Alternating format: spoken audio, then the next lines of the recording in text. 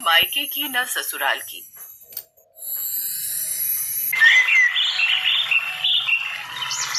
अरे तुझ में कब अक्ल आएगी? चाय बनाने से पहले एक बार पूछ तो लेती।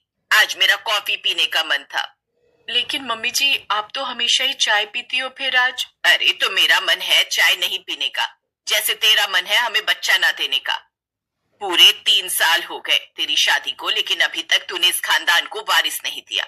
अपनी सास के तानों से सुबह सुबह ही नमिता का मूड ऑफ हो गया। मम्मी जी, आप कहाँ की बातें कहाँ लेकर जा रही हैं? और आप ये क्यों सोचती हैं कि कमी मुझ में है? क्या पता आपके बेटे में ही हो। जुबान तो तेरी इतनी लंबी है कि रुकने का नाम ही नहीं लेती, बस चले ही जाती है, जैसे राजधानी एक्सप्रेस हो। अच्छा वैसे निधि, मुझे पता है पड़ोस के सुशीला के बेटे की शादी हुई है, तो उसका शादी में कितना दहेज आया है। उसकी बहू अपने दहेज में कार लाई है, कार। हमारी बहू की तरह नहीं, जो उस मिक्सचर ग्राइंडर और 2-4 बर्तनों के अलावा कुछ नहीं लाई। मम्मी जी, अलमारी भी आई थी, भूलिए मत। हाँ हाँ, जिसका एक तरफ का पल्ला तो 4 महीने में ही अलग हो गया। अब कार होती तो मेरा बेटा आराम से ऑफिस जाता ना, धूप में बारिश में उसे कोई तकलीफ नहीं होती। रहने दो मम्मी, इसे कहकर कोई फायदा नहीं है। ना तो इससे कार लाई गई और ना ही अभी तक हमें बच्चा दे पाई है। मेरा दोस्त है ना मनोज, उसकी पिछले साल शादी हुई है, लेकिन अब वो 2 बच्चों का बाप बन गया है। भैया 1 साल में 2 बच्चे? हाँ, अरे उसकी वाइफ ने ट्विंस बच्चों को जन्म दिया था, ओह, जो अभी तक एक बच्चे को भी जन्म नहीं दे पा रही। आप सब मुझे क्यों दोष देते हो? कार के लिए तो मेरे घर वालों ने पहले से ही मना कर दिया था कि उनकी इतनी पहुंच नहीं है कि कार दे पाए। और रही बच्चे की बात, तो वो मेरे हाथ में थोड़ी ना है।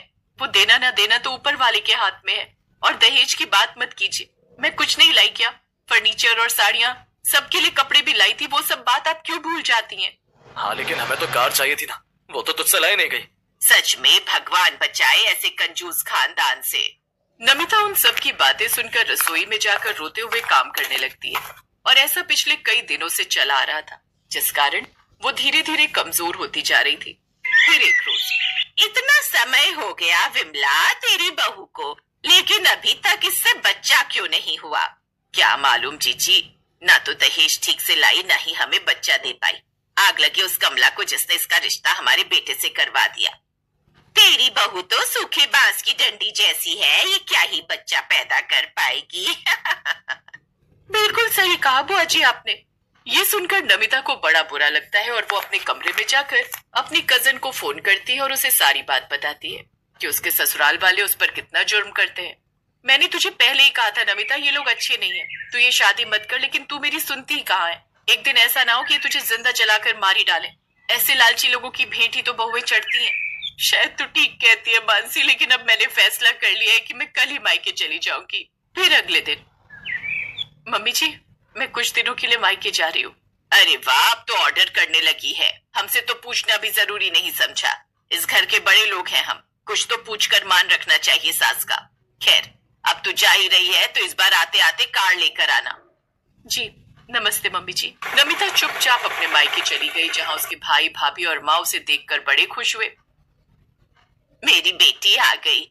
आज हमने तेरी पसंद के ब्रेड पकौड़े बनाए हैं। हम अभी तुझे ही याद कर रहे थे। हाँ दीदी, लेकिन आपकी किस्मत अच्छी है, मैंने एक्स्ट्रा ब्रेड पकौड़े बना दिए थे।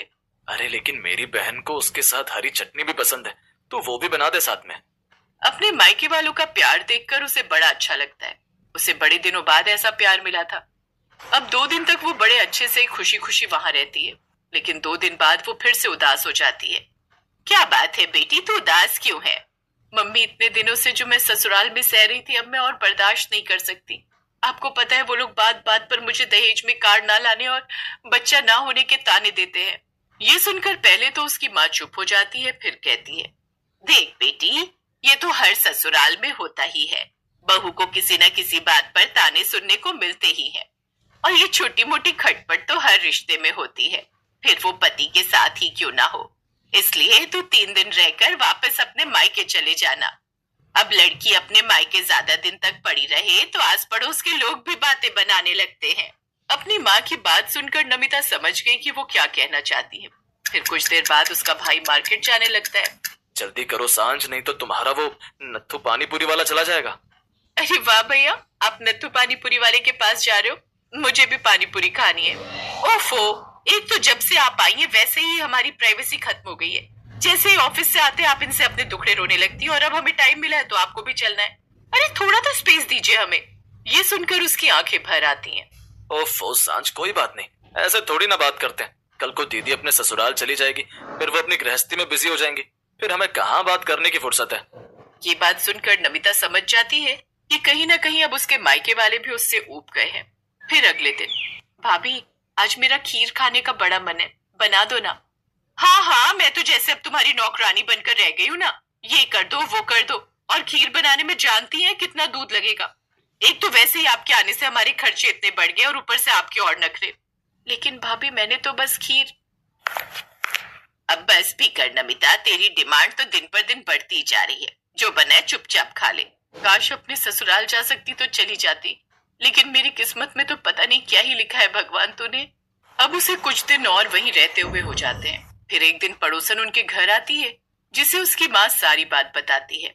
बस एक कार नहीं दी दहेज में तो हमारी लड़की को 10 तरह की बातें सुनाते रहते हैं। और ऊपर से ये आजकल की लड़कियां भी तो ऐसी ही हैं जो जरा सा कुछ झेल भी नहीं सकती। माँ जी साफ साफ कहिए ना कि बच्चा ना होने के कारण भी ये यहीं पड़ी है। हाँ ये भी सच है। ओहो तो ये बात है। वैसे जो भी हो, लड़की अपने मायके में ही अच्छी नहीं लगती, इसे भी थोड़ा एडजस्टमेंट करना चाहिए था वहाँ। पड़ोसन भी दो बातें बोलकर वहां से चली जाती है। फिर रात के समय, वैसे बुरा मत मानना ननद जी, लेकिन जब भी आपके ससुराल में कलेश होगा तो क्या आप मायके में डेरा डालकर बैठ जाओगी? भाभी ये घर मेरा भी तो है, मेरा बचपन बीता है यहाँ। अरे तो बचपन बीता है तो क्या आप यहीं पर डेरा डालकर बैठी रहोगी?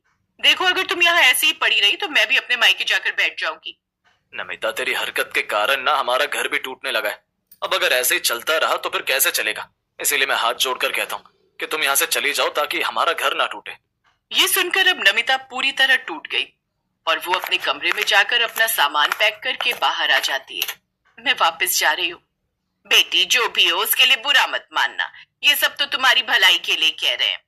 मैं चलती हूँ माँ। अब वो उदास होकर मायके से चली जाती है। ऐसे दिन बीतते हैं। फिर 2 महीने बाद, चल बेटा नमिता से मिलकर आते हैं, बड़े दिन हो गए। उसका फोन भी नहीं आया और नंबर भी नहीं लगता, शायद नेटवर्क इशू होंगे कुछ। ऐसा कहकर अब वो उसके ससुराल चले जाते हैं, जहाँ उन्हें पता चलता है कि नमिता वहां भी नहीं है। क्या नमिता यहाँ नहीं है? लेकिन उसने तो कहा था वो जा रही है। लेकिन वो तो अपने मायके गई थी, तब से लौटी ही नहीं। आपकी वजह से हमारी बेटी का ये हाल हुआ है। अब देखो मैं क्या करती हूँ। अब दोनों के बीच बहस बढ़ जाती है।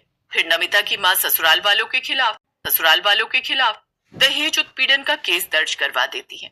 पुलिस वाले उन्हें थाने भी बुला लेते हैं, जहां दोनों परिवारों के बीच फिर से झगड़ा होने लगता है।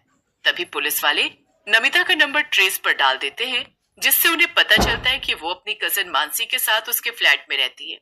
हाँ, ये पिछले 2 महीने से मेरे साथ मेरे घर में रह रही है, क्योंकि उसके ससुराल वालों और मायके वालों को तो इसकी कुछ पड़ी ही नहीं है। ससुराल वालों ने इसे बच्चा ना होने पर ताना मारा और मायके वालों ने इसे ताना मारा कि अब वो इस घर की नहीं रही। इसीलिए मैं मानसी के घर चली आई। मेरी बहन ने मुझे उस वक्त सहारा दिया जब मैं ना मायके की थी ना ससुराल की, और इसने मुझे बताया कि मैं कितनी काबिल हूँ। आज मैं एमएनसी कंपनी में पूरे 80,000 की नौकरी कर रही हूँ और अपने पैरों पर खड़ी हूँ, और कुछ समय में मैं खुद का फ्लैट भी लेने वाली हूँ। अब मुझे इन सब से कोई गिला शिकवा नहीं। ये सब सुनकर वो सब हैरान रह जाते हैं और नमिता से अपनी गलतियों की माफी मांगते हैं। लेकिन नमिता बिना किसी से कुछ कहे चुपचाप वहां से चली जाती है।